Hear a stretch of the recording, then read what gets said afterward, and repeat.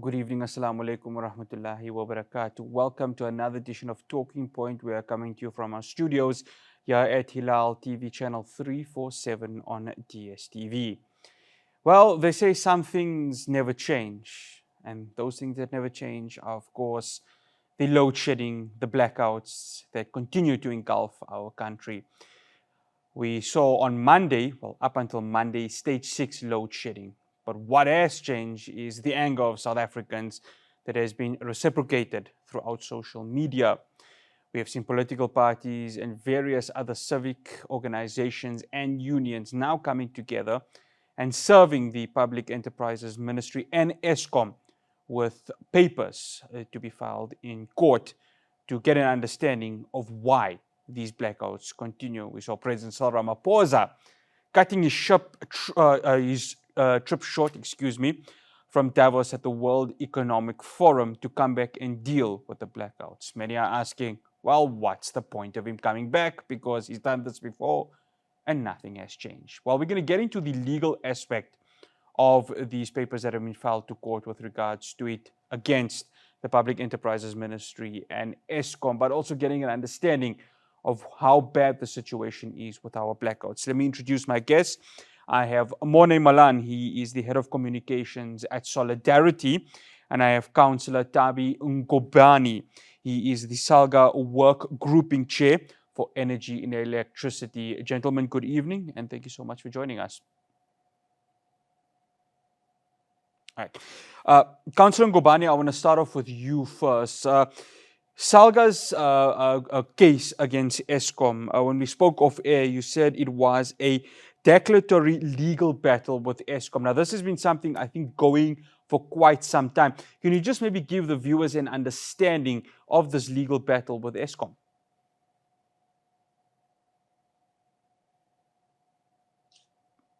Thanks very much. Greeting to yourselves and everybody else, my fellow panelists. As SALGA, you know, South Africa, that we opted for a constitutional democracy where the constitution is supreme, is the highest law in the land.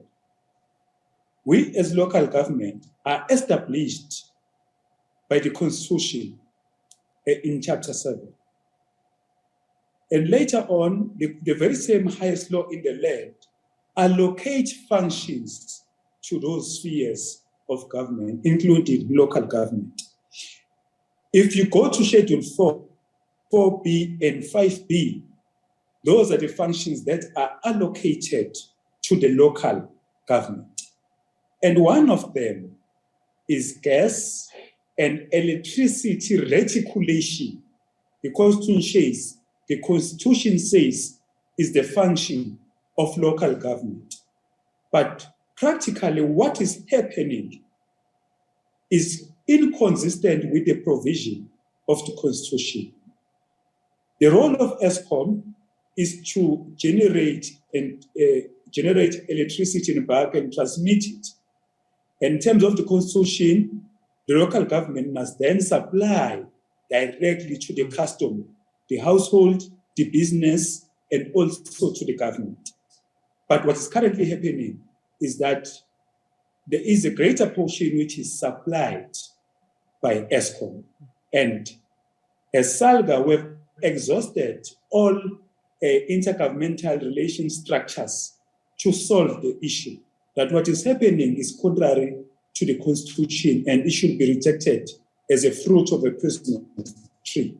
We've exhausted all avenues and all processes agreed with us, but we have not moved to a level of implementation. As SALGA National Executive Committee, we took a decision to go to court to seek a declaratory order whether the executive powers of supplying reside with ESCOM or local government. It is the battle that we have taken to court as SALGA. Actually, what has delayed the process is that there are many people who want to join as friends of the court and so on, who want to participate in that conversation. But as SALGA, we ascertain is that the Constitution is written in an unsophisticated way, that function is a function that resides in the local government. And what is happening right now is inconsistent with what the Constitution provides, and it should be treated as a fruit of a poisonous tree. Well, we're going to get to, obviously, Salga's work with local municipalities and how, of course, currently now there's struggles of getting power to the various communities. I want to go to you, Morné. Morné, I just got this, an explanation of what ESCOM is. I know it sounds a little bit ignorant to be reading this, but this is what Wikipedia says. ESCOM is a power utility that supplies electricity to the Republic of South Africa. Supplies electricity. Number one, they fail to do so, right? And not just fail to do so, they can't do it, it seems, at this very moment. And of course, Solidarity is joining various organizations in, taking ESCOM and the public enterprises to court. When you look at it, it just, on the face of it, it is that bad, isn't it? Yes, and I think that the reason why you see so many organizations stepping up now is that despite the fact that we've had this issue for so long, it seems to be getting worse and worse. So everybody has noticed that you can't rely on government, and you can't rely on ESCOM, or there are no structures currently beyond the court which are reliable. The most recent plan that was released by President Ramaphosa is basically a copy of the old strategy, which is to say it's not bad in and of itself, but given the historical failures of government to deliver on these promises, it remains doubtful that they'll ever implement any of these things. So we have an enormous issue. It's impacting all South Africans. The fact of the matter is ESCOM needs to be stabilized for our economy to continue. There are no prospects of moving forward with sustainable energy in South Africa, in the foreseeable future, where ESCOM isn't an integral part of that. But the fact of the matter is that we do have to move beyond ESCOM. We do have to get private producers onto the grid. We do have to get as many people generating power, either for their own use or to sell it back into the grid. And that you can't solely rely on ESCOM. ESCOM has to be stabilized, but it can't be our only solution. And our litigation actually addresses specifically that matter of the role of private producers and how does one not only allow it, but how does one incentivize as many people as possible to solve the issues that government has, up until this point, national government in particular, failed to do. I just want to stick with you. How important is it that yourselves as Solidarity and the other organizations that are serving the papers sing to one tune? Because obviously there are various legal minds that are coming into the party. So just the importance of singing the same tune to make sure that the message is given across. Yes, well, I think that in terms of the court of public opinion, all the various organizations have already won their cases fairly easily. I think that with regard to legal action, to have as many cases and with as many different approaches as possible is good, because one also has to be realistic about what it is that courts can do, what lies within the power of a court to grant. A court cannot simply say that there isn't electricity, so now there must be electricity, and they can't approach the courts to fill an incompetent or structure, a department, a company, or a regulator that has filled with incompetence. They can't suddenly, via court judgment, make those individuals competent. So you have to really look at forms of litigation which are, as possible, keep it as low in complexity as possible, keep it as narrowly tailored, and address very specific issues, very specific risks, but issues which will nonetheless have a high impact, as well as having a high degree of success, something like what Salga is doing as well, which is very important. Well, after the break, we'll continue the discussion. We will be looking at local municipalities. They rely so much on ESCOM to go ahead and generate the power. What happens if that cannot be done? Stay tuned after the break. Welcome back to Talking Point. I'm in discussion with Morné Malan from Solidarity and Councillor Ngubani from Salga. Councillor, I want to come to you. Now, local municipalities rely heavily, of course, on ESCOM to generate power and electricity to serve the communities. Now, Salga, of course, works closely with these municipalities in order for it to happen. Just from being around the municipalities, being around these communities, the challenges right now, because when we have the highest stages of load shedding, it really does put such strain, not just on the communities, but, the various substations that, have their own challenges in itself. Yes, indeed. Yes, indeed. We're experiencing a lot of challenges. And seemingly, they've got a double barrel effect. As you've correctly said, that the mandate of ESCOM is to supply electricity back. And the municipalities takes the cue from ESCOM, supply it and supply it directly to the different consumers. So if the bulk service is not there, it means we can't supply electricity as municipalities. That is the direct implication. The indirect implication is that it is bringing rupture in the economy and in the household. For instance, as things stand, out of 24 hours a day, the people in the household are without electricity for 8 hours. And there are negative ramifications that are stemming from that. As a result, in our municipalities, we've got business customers who are now shutting down their businesses. Because in these 8 hours without municipality, they can't even recover the cost of production, never mind making the profit.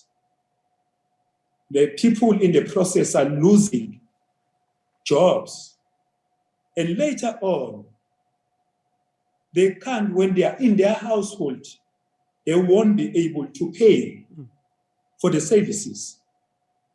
And since businesses can't pay and people can't pay in the household, it means the municipality will be without revenue.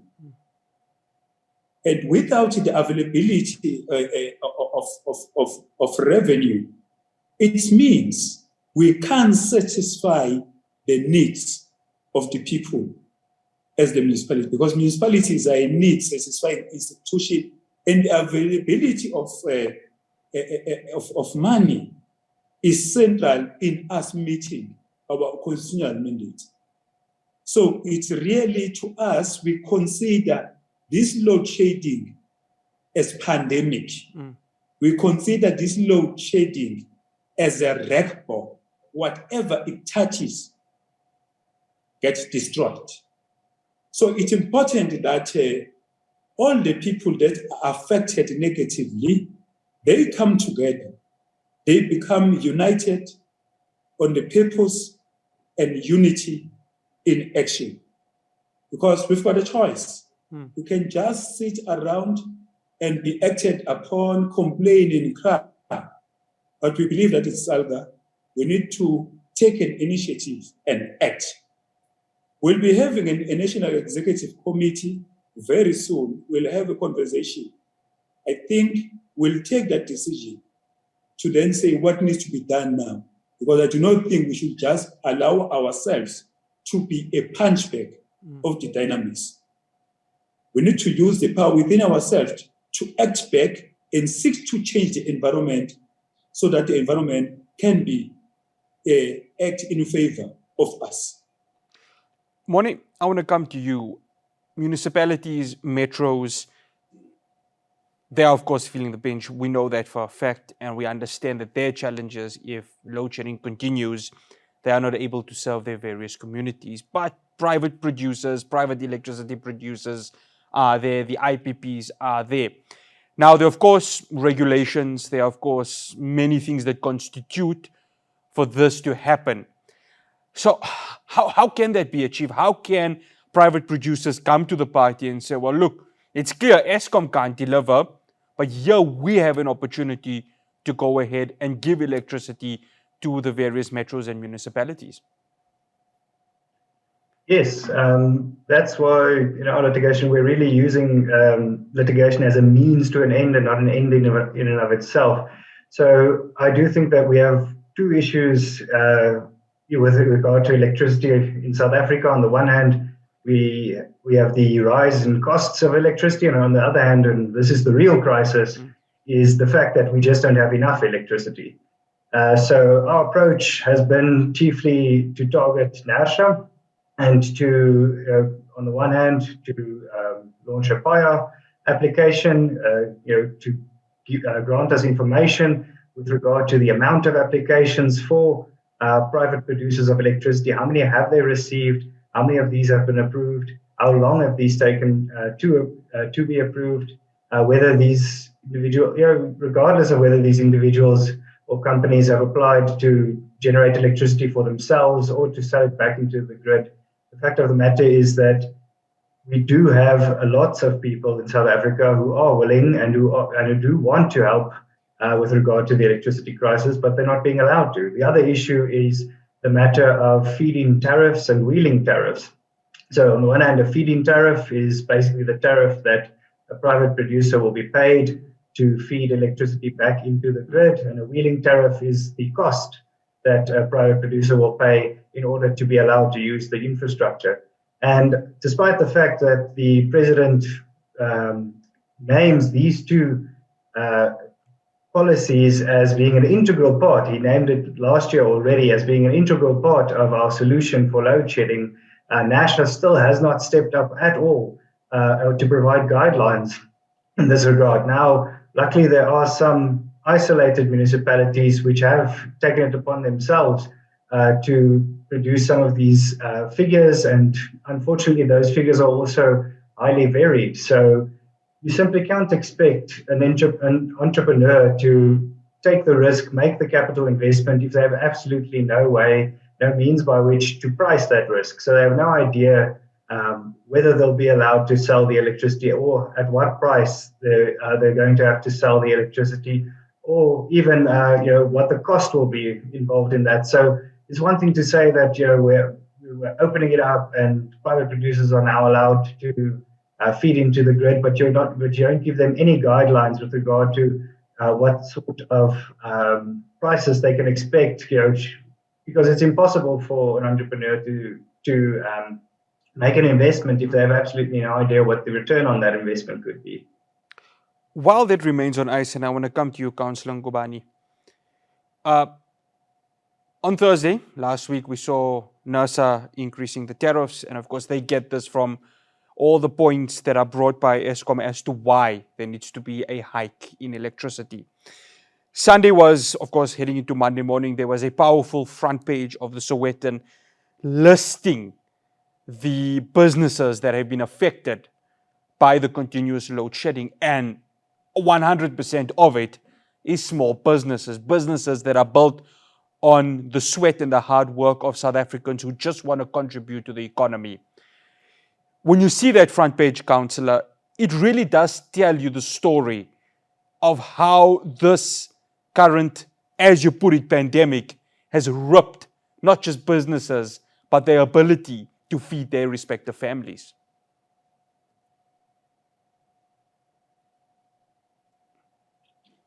Yes, indeed. We consider the issue of electricity or energy as foundational. All economic activities on the production component of the economy, whether companies are producing goods or services, the issue of electricity is foundational. It's one of the indispensable inputs, without which everything comes to there. That's why as SALGA, we are referring to all these challenges as national crisis, as national crisis. And our view is that it should be treated as such. When we are saying that all those people who are affected must come together. As I've said earlier on, that you look at the issue of the absence of electricity, everybody is the loser. The municipality, the business, the household, and the government. All of us are affected negatively. As if that is not sufficient, again, ourselves as customers, as people who are consuming energy from Eskom, our relationship is that one of the bank.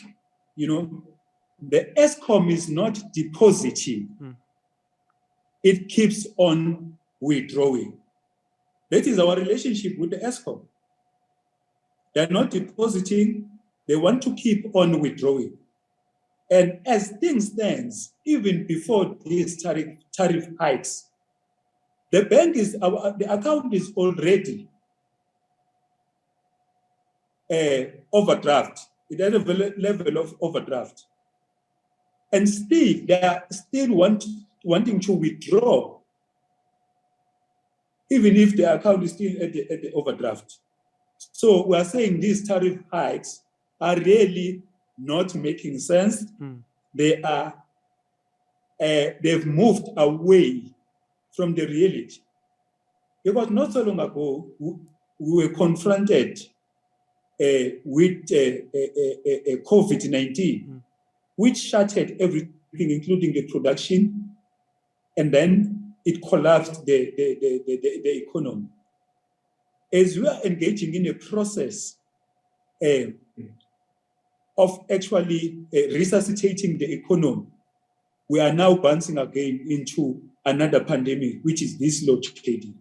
So bad news is really a bad news. It's not a theory, it's reality.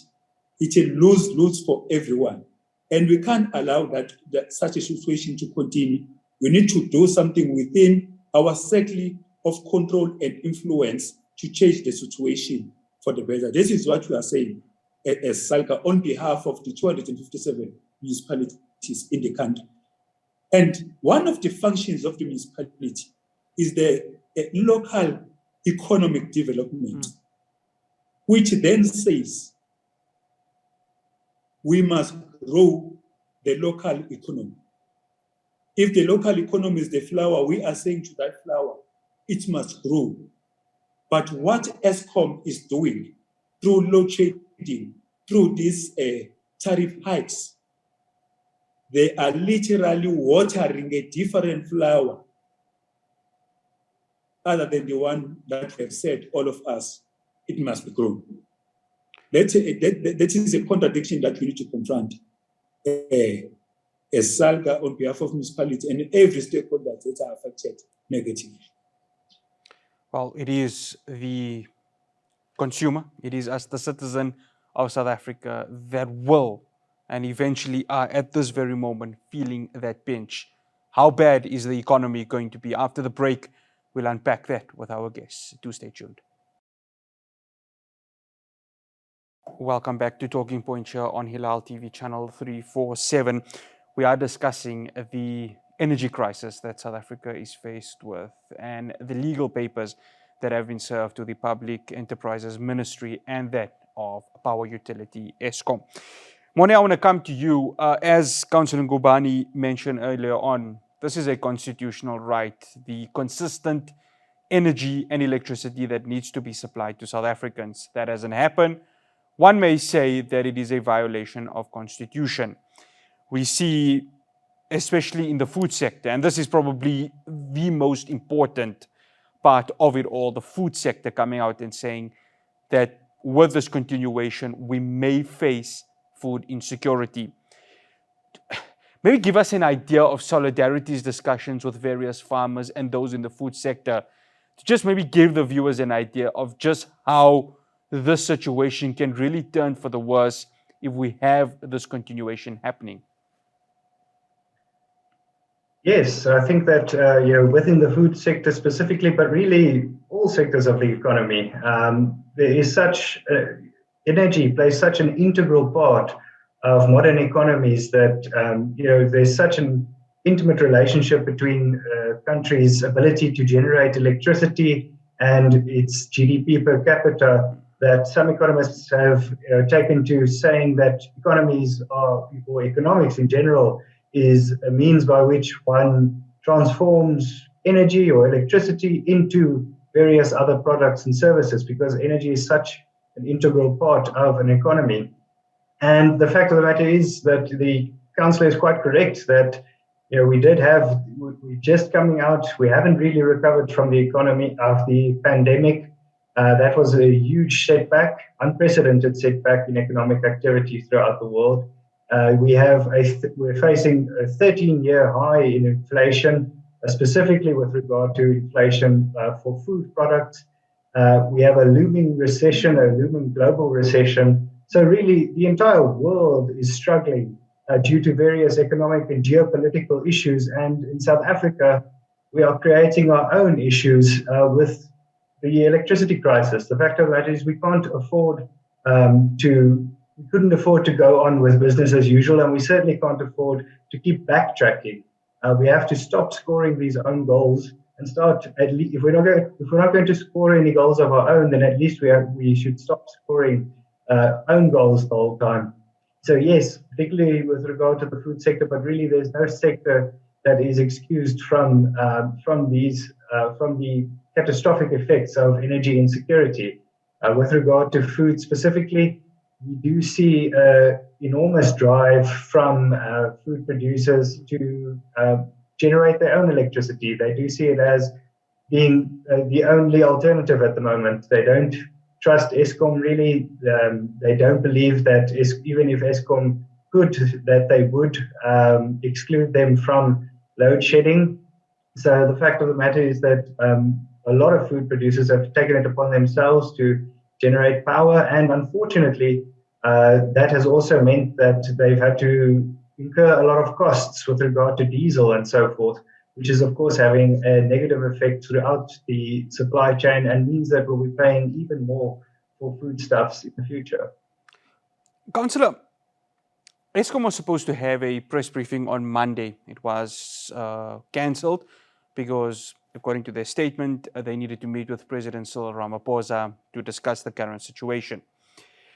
I just want to ask you, Councillor, surely Eskom owes it to the public every single day that the load shedding happens to explain what is currently happening, because the consumer sits back, and if there's a wall of silence that is coming from Eskom, there's more anger.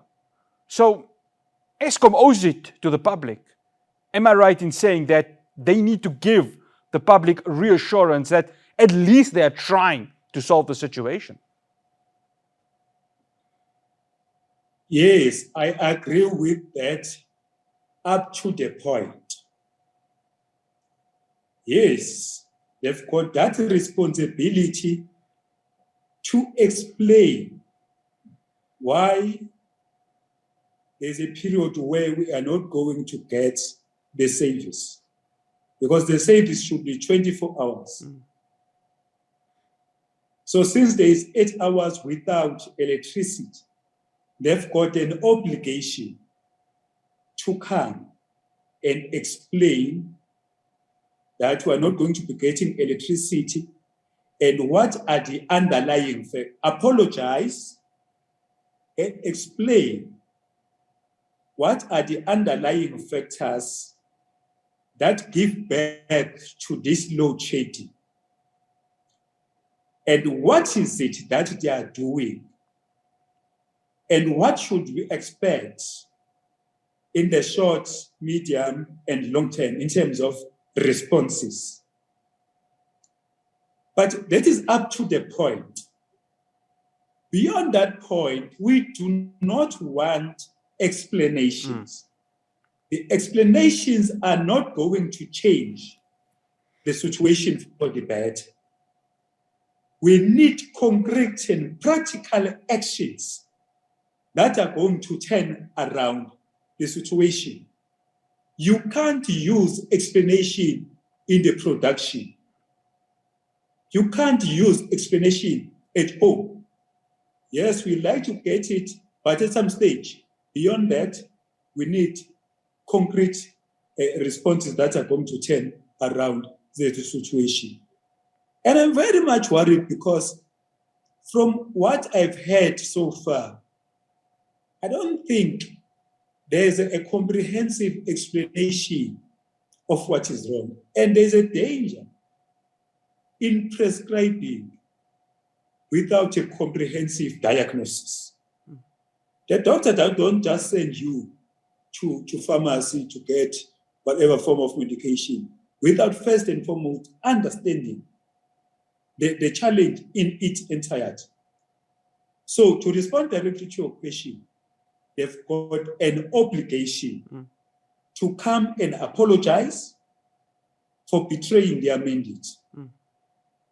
Or further, after apologizing, explain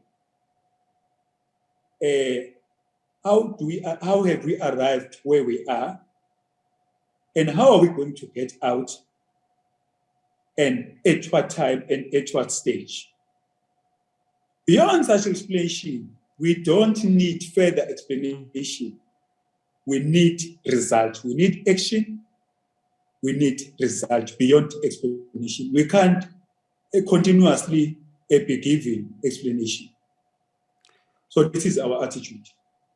Morné, I'm going to keep this question short. Are we letting Eskom scot-free as citizens of South Africa? I think that we have been letting Eskom off scot-free, and I think they have been getting away with it for far too long. I think that, and that's why it's so important for South Africans to now come together, because we've sort of fallen into this complacency where, you get used to it.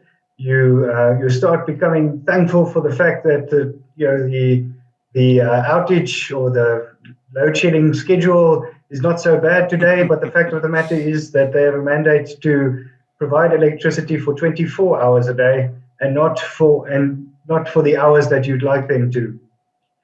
Eskom has been getting away scot-free, the department has been getting away scot-free, and it's time to hold these people to account, and it's time to see, as the councillor said, not just explanations, but also results. We are tired as South Africans of hearing that it's difficult. We're tired of South Africans of hearing that solutions are around the corner. Solutions have been around the corner for almost a decade now. And we haven't had any, and it continues getting worse. So it's not just that progress is slow, it's the fact that we're actually moving backwards. If you get to a point where stagnation seems like a positive, then you're heading in the wrong direction. So yes, Eskom has been getting away scot-free, but that has to stop as soon as possible. It has to stop immediately. After the break, we put our political caps on just for this segment, and we ask the question, can this current government really solve the current energy crisis? Do stay tuned. Welcome back to Talking Point. Since the end of 2007, we have been experiencing something called load shedding. And for the last 15, going on to 16 years, this has been a continuation that has happened. And it has happened under the current government, which is run by the African National Congress. Councillor Ngubani, I come to you with this question. We see one ministry and their ship sailing one direction. We see another ministry and their ship sailing in the other direction. I put it to you this way, and I put this to you, Councillor Ngubani. Can this current government find a way of resolving the energy crisis?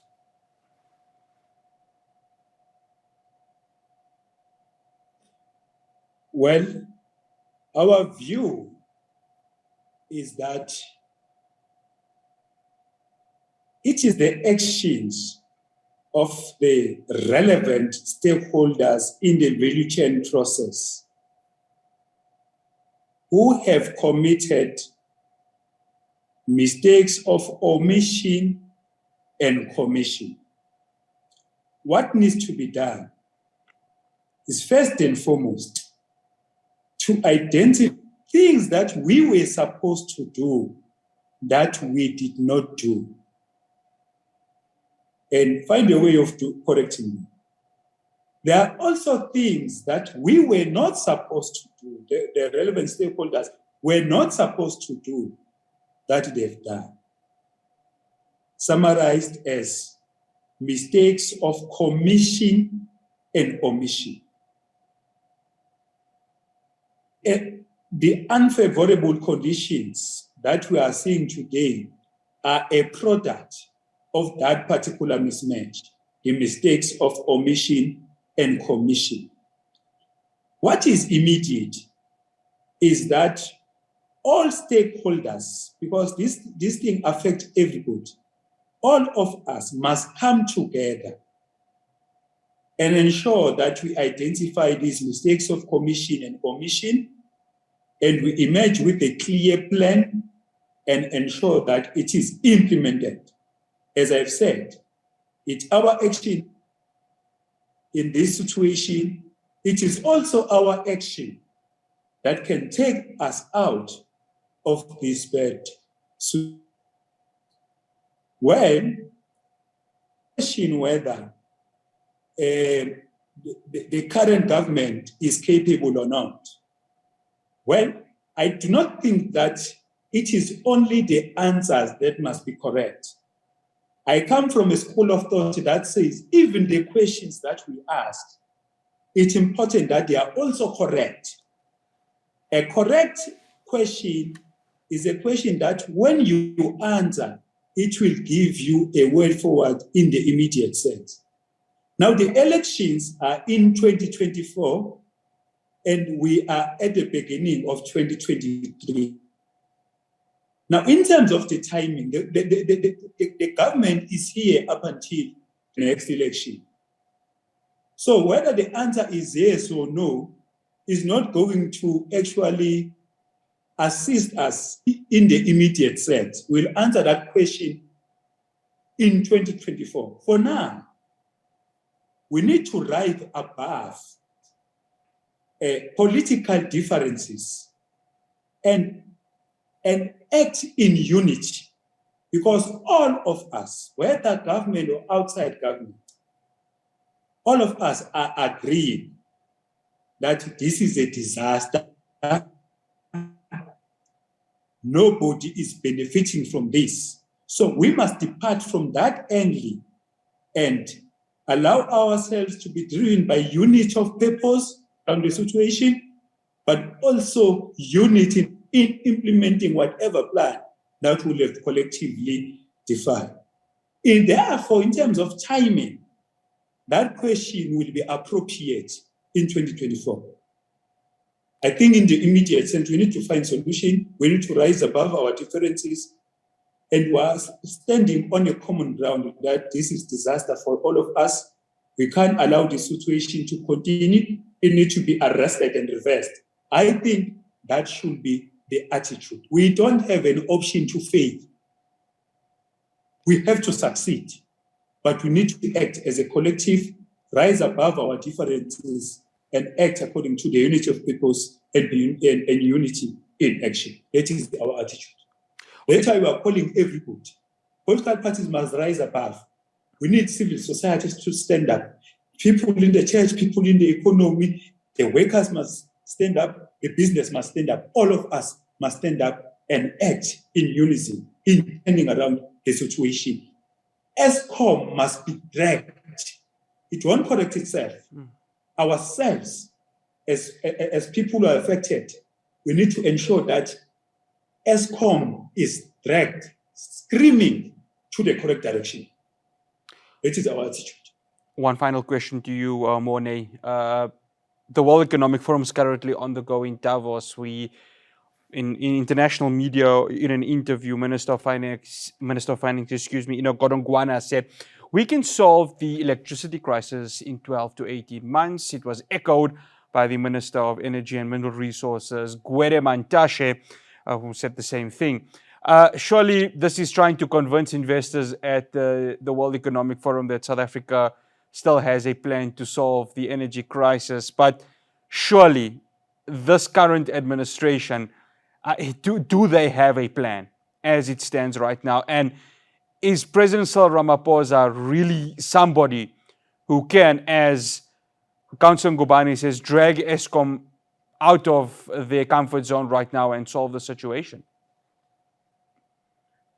I think it's absolutely ridiculous for the minister to say that we could solve the issue within 12 months. If it were possible if they had plans which could solve the issue within a year, then why do we still have load shedding? Why have we had load shedding for so many years now if you've had plans which could solve the issue within a year? The fact of the matter is that is just a means by which to placate investors, by means to which to say that government is addressing it. Next year we're going to hear the same story. Our message from government to government is that if you can't be part of the solution, then at least don't be an active hindrance to those individuals who are attempting to provide a solution. Ronald Reagan was quoted once as saying the top 9 most terrifying words in the English language are, I'm from the government and I'm here to help. And I think in no place is that more true than in South Africa. Our message is that there are individuals, there are groups who are looking to solve the electricity crisis and who are capable of solving the electricity crisis. The only thing that remains for government to do is to step to the side and allow them to do so. Whether that will be in the next 12 months, I'm not entirely sure. I think there's such a distrust from the private sector with regard to government. But there are solutions, and these solutions can be implemented quite easily. And we've seen how similar solutions have worked in various other countries. But the fact of the matter is that government would, it seems, at least from our perspective, would rather have control of a failing sector than to allow that sector to flourish outside of its control. Gentlemen, I wish we had more time to speak on this, but time, of course, is preventing us from taking this conversation even more forward. Councillor Thami Ngubani from Salga Working Group Chair for Energy Electricity, we say thank you to you. And Morné Malan, he's the Head of Communications at Solidarity. Gentlemen, we say thank you so much for joining us today. Well, that's all we have for you. Thank you very much. No, it's an absolute pleasure. That's all we have for you here on Talking Point. And as the electricity and energy crisis persists, more and more businesses, more and more households, more and more families continue to be struck down by this. The question we ask ourselves is there really a way forward? If there's not a way forward, what are we as citizens really going to do about this? Because we cannot be living in this quagmire. We cannot be living in the state of uncertainty, and we just don't know what is going to be happening for the future of our beautiful country, which is South Africa. From myself, Farhaaz Patel, and the rest of the team here on Talking Point on Hilaal TV, we say Jazakallah. We'll see you again, same time, same place next week, inshallah. Assalamu alaikum wa rahmatullahi wa barakatuh.